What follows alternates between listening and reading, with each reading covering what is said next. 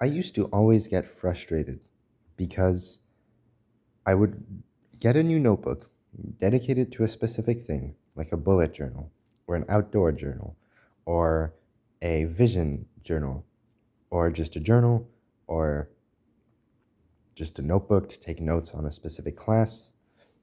And I would always get frustrated because it would start out fine, like this one. You can see it's all notes on math.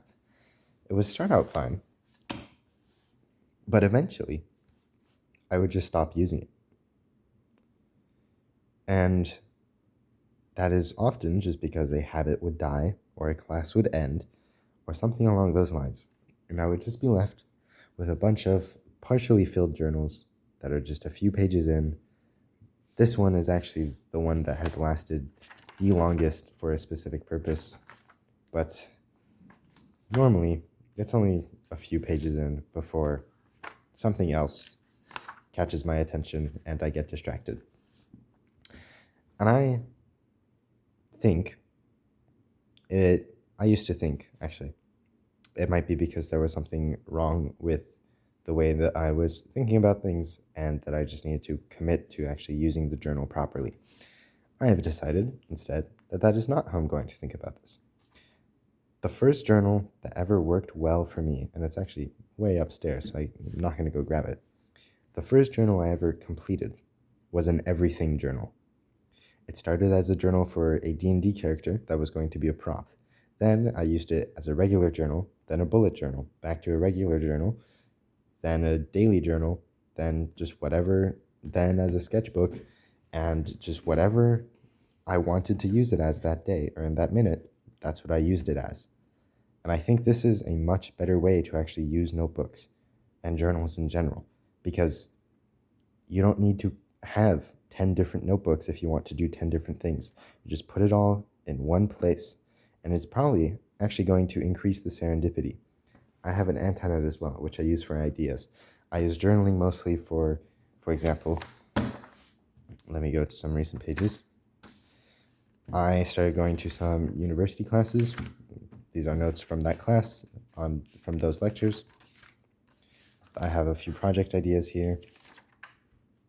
There's some math. This is like a brand new one that I've just started as my everything journal because I just recently completed my first journal. This is math that I started teaching myself. The most important part, and this is the only reason why having an everything journal actually works, is to keep an index of the pages. Here's an index. It's not actually sorted alphabetically, it's just whatever comes up first, but it's just a keyword. And later, as more pages emerge, I am able to quickly find where a page is or where a specific topic is just by looking at this index. If I, for example, the first page in this actual everything journal, because before it was just advanced function notes, is on linear algebra. I have a linear algebra textbook upstairs that I just started working through.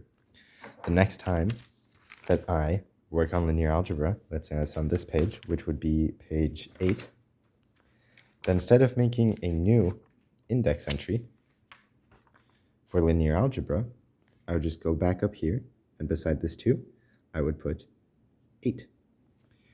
So now when I look through this index, at the moment I'm adding a lot of new stuff to it because there's not many pages that are actually used up as the everything journal. But as I add more to this journal, I will stop adding keywords and instead just go back to pre-existing keywords and add things to them.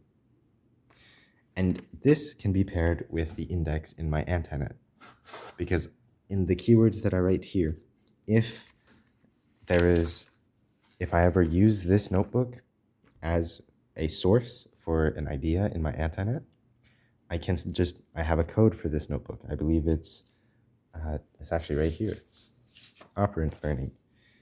Nicolas Gassier, ng.book.2, because this is the second one that I have completed, and this points to page 4. And so I have a code, and I can point back to my index in this journal. So yeah, instead of creating 10 different journals and just having a bunch of empty paper and feeling disappointed that you're not actually committing to anything, just have one journal and use it as an everything journal. And just keep an index so that you don't get lost and you can quickly sort through your index or just look through your index, find where something is, and then navigate to that page.